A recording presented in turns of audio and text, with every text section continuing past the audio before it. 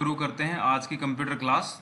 तो जैसा कि हमने लास्ट जो क्लास थी उसमें क्या पढ़ा था कि कंप्यूटर के जो सॉफ्टवेयर हैं वो कितने टाइप के होते हैं। दो टाइप के। कौन कौन से दो टाइप बताए थे? पहला बताया था सिस्टम सॉफ्टवेयर, दूसरा बताया था एप्लीकेशन सॉफ्टवेयर। सिस्टम सॉफ्टवेयर पढ़ते हैं आज। सिस्टम सॉफ्टवेयर पढ़ने से पहले बिल्कुल आसान भाषा में पिछली बार भी समझाया था वैसे तो मैंने, लेकिन अब फिर बता देता हूं कि सिस्टम सॉफ्टवेयर वो सॉफ्टवेयर हैं जो कि सिस्टम अपनी इंटरनल वर्किंग के लिए यूज करता है, यानी कि अपने अंदरूनी कामों के लिए यूज करता है। हमें उनसे कोई लेना देना नहीं है, हमारे वो काम के नहीं है। वो कंप्यूटर अपने आप को चलाने के लिए, अच्छे से चलाने के लिए, अच्छे से वर्क करने के लिए यूज करता है। हम उनको ना तो देखते हैं वर्क करते हुए, वो बैकग्राउंड में कंप्यूटर के अंदर अपने आप काम करते रहते हैं ऐसे सॉफ्टवेयर। ठीक है, अब चलते हैं इसकी डेफिनेशन पे। एज द नेम सजेस्ट, जैसा कि नाम से पता लगता है, the softwares are used by computer for the internal system operations. ठीक है, ये जो सॉफ्टवेयर हैं इनको कंप्यूटर किस लिए यूज करता है? अपनी इंटरनल सिस्टम ऑपरेशंस के लिए, अंदरूनी कामों के लिए। ठीक है, इन सिंपल, बिल्कुल सिंपल में अगर बात करें, it is use for computer system internal working. अगर हम बिल्कुल सिंपल में बोले तो ये जो सिस्टम सॉफ्टवेयर हैं इनको कंप्यूटर जो है अपनी इंटरनल वर्किंग के लिए यूज करता है। ठीक है, ये टॉपिक कुछ ऐसे हैं जो कि अगर तुमको हिंदी में नोट्स मिले तो तुम बहुत अच्छे से एग्जाम में लिखोगे। इसलिए मैंने पहले ही बताया है कि ये यूनिट जब इंग्लिश में हम खत्म कर देंगे 2 दिन में, उसके बाद मैं हिंदी वाले नोट्स डाल दूंगा। ठीक है, तो घबराने की जरूरत नहीं है कि हम एग्जाम में इनको कैसे लिखेंगे। एग्जाम में हिंदी वाले भी लिख सकते हो। ठीक है, अब इसका एक डायग्राम देखते हैं। देखो, सबसे अंदर तो होता है हार्डवेयर। हार्डवेयर हार्डवेयर कौन सी चीजें हैं? मैंने बताया था कंप्यूटर के वो पार्ट्स जिनको तुम छू सकते हो वो सभी हार्डवेयर हैं। ठीक है, देखो हार्डवेयर के ऊपर होता है सिस्टम सॉफ्टवेयर। ठीक है, और सिस्टम सॉफ्टवेयर के ऊपर क्या होती है? एप्लीकेशंस, जिनको तुम एप्स बोलते हो। यानी कि जैसे जैसा फोन है भाई, फोन जब खाली होता है उसमें मान लो एप्स नहीं है तो क्या है? वो खाली एक हार्डवेयर है फिलहाल। ठीक है, उसके बाद हम क्या करते हैं? मोबाइल में एंड्रॉयड ऑपरेटिंग सिस्टम आता है। ठीक है, जैसे हम कंप्यूटर्स में विंडोज यूज करते हैं, इसी तरह फोन में कौन सा ऑपरेटिंग सिस्टम यूज करते हैं? एंड्रॉयड।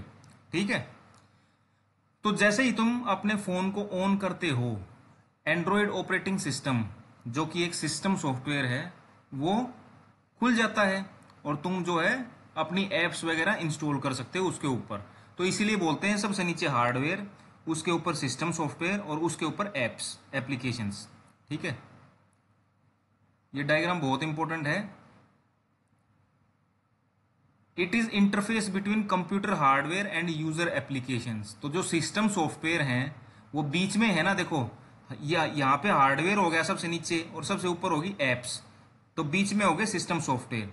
तो ये माध्यम बन गए ना एक, हार्डवेयर और जो तुम्हारी एप्लीकेशंस हैं इनके बीच में रह गई, ये बीच में यानी कि माध्यम बन गई, इसीलिए ये लाइन लिखी गई है। It is interface between computer hardware and user applications. ये जो है माध्यम है किस किस के बीच में? कंप्यूटर हार्डवेयर और एप्लीकेशंस के बीच में। अब इसके इंपॉर्टेंस क्या है, इसकी क्या जरूरत थी कंप्यूटर के अंदर? सबसे बड़ी जरूरत तो क्या है इसकी? It provide a platform to other software. जो दूसरे सॉफ्टवेयर तुमको इंस्टॉल करने होते हैं, ठीक है, जिनको तुम एप्स बोलते हो या सॉफ्टवेयर बोलते हैं, वो इन्हीं के ऊपर इंस्टॉल होते हैं। मैंने बताया ना, जैसे दिखाया, सबसे नीचे हार्डवेयर, उसके ऊपर सिस्टम सॉफ्टवेयर। अब इस सिस्टम सॉफ्टवेयर के ऊपर जो है तुम दूसरे जो है एप्स वगैरह इंस्टॉल करते हो। दूसरा, it manage the computer resources. पूरे जो कंप्यूटर के रिसोर्सेज हैं, यानी कि कंप्यूटर के साथ जो भी चीजें जुड़ी हुई हैं सभी चीजों को कंट्रोल करता है, मैनेज करता है। ठीक है, अब आगे चलते हैं एग्जाम्पल्स में। सिस्टम सॉफ्टवेयर के कुछ एग्जाम्पल पढ़ेंगे हम।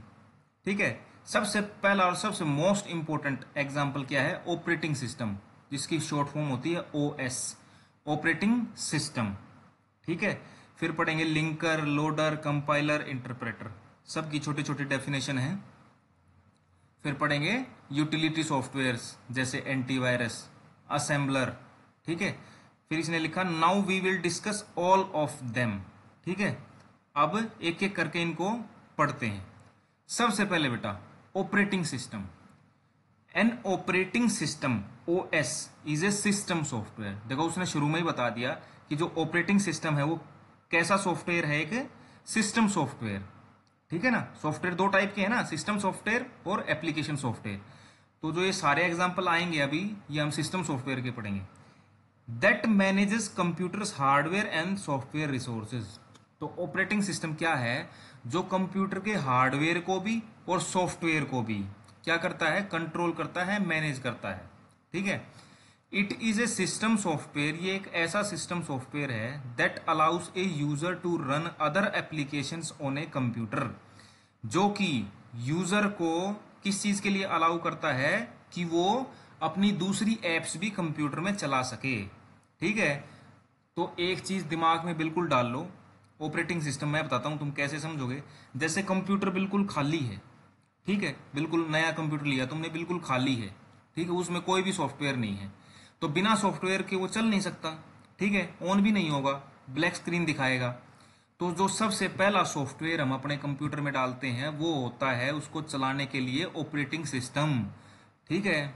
तो कंप्यूटर में सबसे पहला कौन सा सॉफ्टवेयर डालते हैं हम कंप्यूटर को चलाने के लिए, जब नया कंप्यूटर आता है, ऑपरेटिंग सिस्टम, ठीक है। और ऑपरेटिंग सिस्टम में कौन सा सॉफ्टवेयर डालते हैं हम, विंडोज, ठीक है। जैसे अब मैं ये यूज कर रहा हूं, ये है विंडो 10, ठीक है। जो तुम्हारे लैब में कंप्यूटर है उनमें है विंडो 7, ठीक है। तो ये विंडोज वगैरह क्या है, ऑपरेटिंग सिस्टम, ठीक है। ये कंप्यूटर को चलाने में मदद करती हैं, ठीक है। और जब ऑपरेटिंग सिस्टम इंस्टॉल हो जाता है उसके बाद तुम जो है अपना नेट ऑन करके अलग अलग सॉफ्टवेयर डाउनलोड कर सकते हो, उनको इंस्टॉल कर सकते हो, ठीक है। इसी तरह देखो ये बताया हुआ है, सबसे नीचे हार्डवेयर यानी कि जो पार्ट्स हैं कंप्यूटर के, उसके ऊपर फिर हम क्या करते हैं, ऑपरेटिंग सिस्टम डालते हैं। ऑपरेटिंग सिस्टम डालने के बाद हम एप्लीकेशंस डालते हैं और इन एप्लीकेशंस को यूजर यानी कि तुम यूज करते हो। तो ये जो है लेयर है, लेयर 1 2 3 4, ठीक है। अब चलते हैं इनको, देखो लिंकर और लोडर और पढ़वा देता हूं अभी, बिल्कुल आसान से हैं, बिल्कुल। देखो लिंकर, जैसा कि नाम से पता लग रहा है, लिंक, लिंक करना यानी कि जोड़ना, ठीक है। इसका काम होगा जोड़ने का। अब देखो मैं एक चीज बताता हूं, कंप्यूटर के अंदर जो भी प्रोग्राम है, ठीक है, वो कई हिस्सों में बटे होते हैं और हर हिस्सा अलग अलग जगह सेव होता है कंप्यूटर मेमोरी के अंदर। लेकिन जब उस प्रोग्राम को हमको चलाना होता है तो हमको वो सारे प्रोग्राम जोड़ने पड़ते हैं, लिंक करने पड़ते हैं। तो उन सारे प्रोग्राम्स के पार्ट्स को लिंक करने का काम किसका है बेटा, लिंकर का, ठीक है। तो कैसे याद रखना है कि एक प्रोग्राम को रन करने के लिए, चलाने के लिए उसके सारे पार्ट्स को क्या करना पड़ता है, जोड़ना पड़ता है, लिंक करना पड़ता है। और उस लिंक करने का काम कौन करेगा, लिंकर, ठीक है। लोडर, देखो तुमने सारे पार्ट्स जोड़ दिए उस प्रोग्राम के, ठीक है, लिंकर के थ्रू उस प्रोग्राम के सारे पार्ट्स जो है लिंक कर दिए। लेकिन उसको चलाने के लिए उस प्रोग्राम को सेकेंडरी मेमोरी से प्राइमरी मेमोरी में लेके आना पड़ेगा, ठीक है, लोड करना पड़ेगा। कहां से, सेकेंडरी मेमोरी से प्राइमरी मेमोरी में लोड करना पड़ेगा। तो लोड का काम किसका है, लोडर का, ठीक है। अब नाम से कभी भी कोई पूछेगा तो बता दोगे ना कि भाई लिंकर और लोडर क्या होते हैं, तो बताओगे लिंकर का काम होता है लिंक करने का और लोडर का काम होता है लोड करने का। लोडर क्या करता है, कहां से लोड करता है, सेकेंडरी मेमोरी से प्राइमरी मेमोरी में। और लिंकर क्या करता है, एक प्रोग्राम के सभी पार्ट्स को जो अलग अलग जगह कंप्यूटर में सेव हैं उनको लिंक कर देता है, ठीक है बेटा। तो आज के लिए इतना ही, बाकी कल करेंगे, ओके। कल शायद ये यूनिट खत्म कर देंगे, ओके बेटा, थैंक यू।